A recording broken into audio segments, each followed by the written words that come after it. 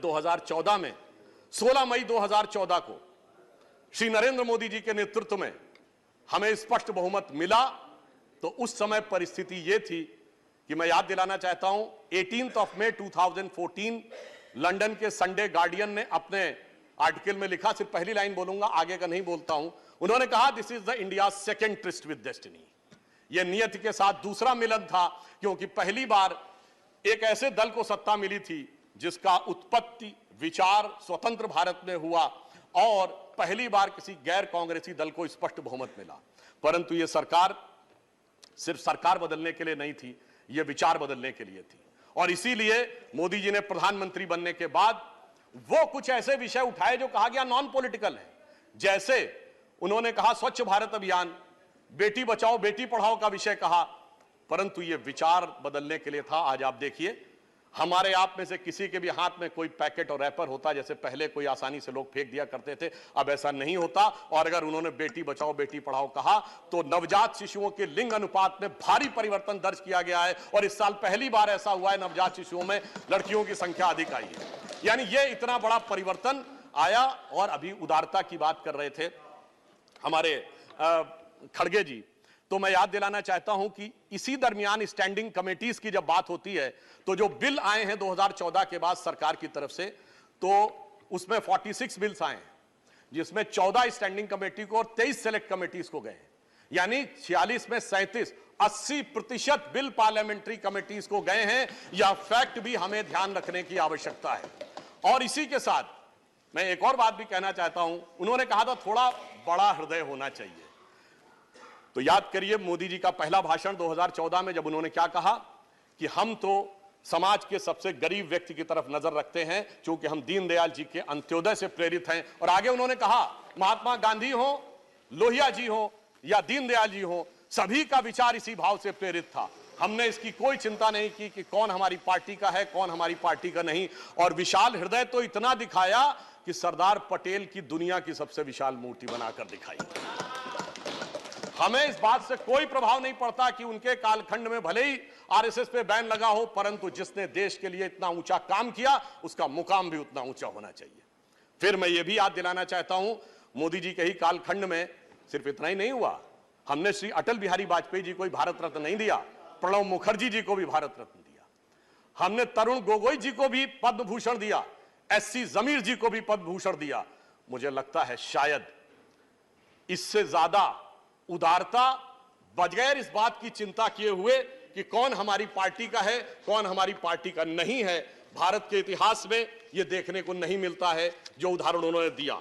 हां, यह जरूर कह सकते हैं कि बहुत से ऐसे लोग, उनको इसमें भी उदारता न नजर आई हो, जो बाबा साहब का बहुत उल्लेख करते हैं, और बाबा साहब को भारत रत्न देने में इतना लंबा समय लग गया था, उनके कालखंड में नहीं मिला था।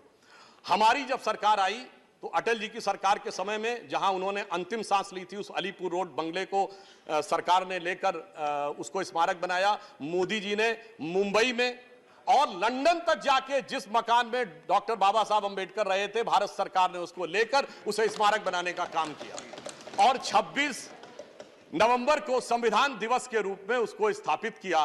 तो यह दर्शाता है कि हमने सभी के प्रति, जिसने इस देश के लिए जो योगदान दिया, उन सब के प्रति हमने ईमानदारी से और पूरी दृढ़ता के साथ इन 75 वर्षों में यह करने का प्रयास किया है। और एक और बड़ा परिवर्तन आया। देखिए, जब इस देश के प्रथम प्रधानमंत्री पंडित जवाहरलाल नेहरू जी बने, परंतु वो ईश्वर की कृपा से एक समृद्ध परिवार से आते थे।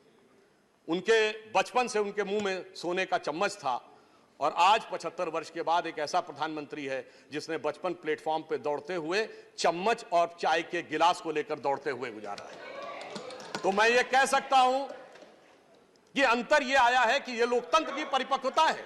इसका हम सबको, हमें इसको सेलिब्रेट करना चाहिए कि अब लोकतंत्र लक्ष्मी नारायण की कृपा से लेके दरिद्र नारायण के सम्मान तक आके खड़ा हो गया है। यह परिवर्तन इन 75 वर्ष में लोकतंत्र में आया है। और इस संसद में भी जो 4 सर्वोच्च पद माने जाते हैं, राष्ट्रपति, उपराष्ट्रपति, प्रधानमंत्री और लोकसभा अध्यक्ष, आज राष्ट्रपति पद पर द्रौपदी मुर्मू जी हैं। आज हम कह सकते हैं कि जनरल क्लास हो, शेड्यूल कास्ट हो, ओबीसी क्लास हो, शेड्यूल ट्राइब्स हो, या माइनॉरिटीज हो, आज अब कोई भी वर्ग ऐसा नहीं कह सकता कि मुझे संसद के चारों सर्वोच्च पदों में से किसी एक पर कभी प्रतिनिधित्व करने का मौका नहीं मिला। ये लोकतंत्र में को हमने उस मुकाम तक पहुंचाया है इस अमृतकाल में। मेरे विचार से इसके लिए भी मोदी सरकार का अभिनंदन किया जाना चाहिए। और यह भी मैं बताना चाहता हूं, इस समय यह भी एक सुखद संयोग देखिए कि सभी पदों पर बैठे हुए लोग वो हैं जो आजादी के बाद उत्पन्न हुए हैं।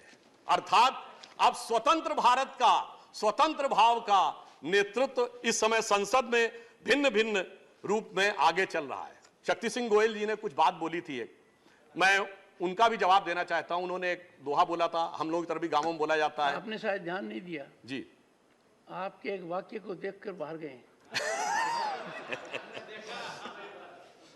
नहीं मान्यवर, उन्होंने एक सेंटेंस बोला था, हम लोग की तरफ भी गांवों में कहा जाता है, कहे घाघ सुन भट्टरी यही गांव में रहना है, और ऊंट बिलारी ले गई हाजी हाजी कहना है।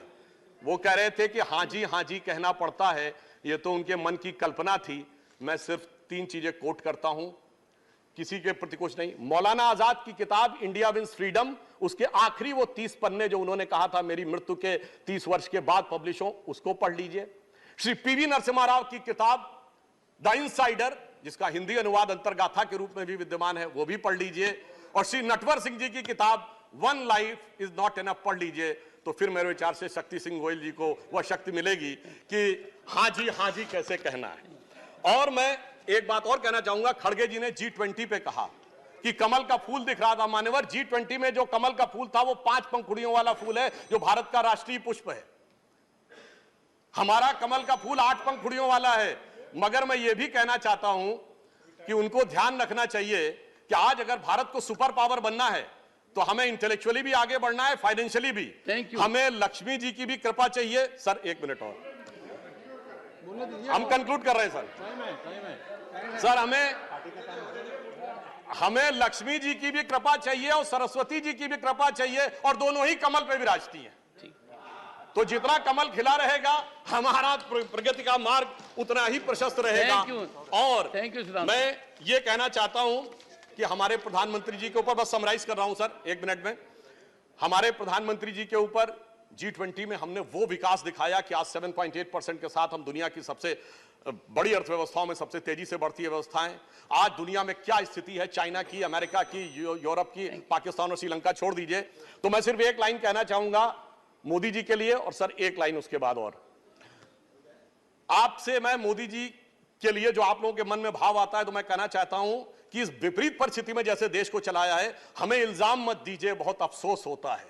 हमें इल्जाम मत दीजिए, बहुत अफसोस होता है। बड़ी तरकीब से कश्ती यहां तक लेके आए हैं, बदल देते हैं हम दरिया की लहरें अपनी हिम्मत से, आंधियों में भी चिराग अक्सर हमने जलाए। और अंत में सर 1 मिनट, अंत में मैं अटल जी की उस पंक्ति से समाप्त करता हूं। आप सबसे आह्वान करता हूं, नई संसद में जा रहे हैं तो वो जो उनकी पंक्ति थी कि आओ मिलकर दिया जलाएं, तो मैं ये कहना चाहता हूं, आहुति बाकी यज्ञ अधूरा, अपनों के विघ्नों ने घेरा। अपने लोग ही कुछ विघ्न उत्पन्न कर रहे हैं, कोई बात नहीं। आहुति बाकी यज्ञ अधूरा, अपनों के विघ्नों ने घेरा, अंतिम जय का वज्र बनाने नव दधीच हड्डियां गलाएं, आओ मिलकर दिया जलाएं। और यज्ञ का धुआं उन सारे वायरस को नष्ट करे जिसमें डेंगू भी है, मलेरिया भी है, कोरोना भी है, HIV भी है, जो मन में बैठा उस वायरस को नष्ट करे और एक भारत श्रेष्ठ भारत का मार्ग प्रशस्त करे।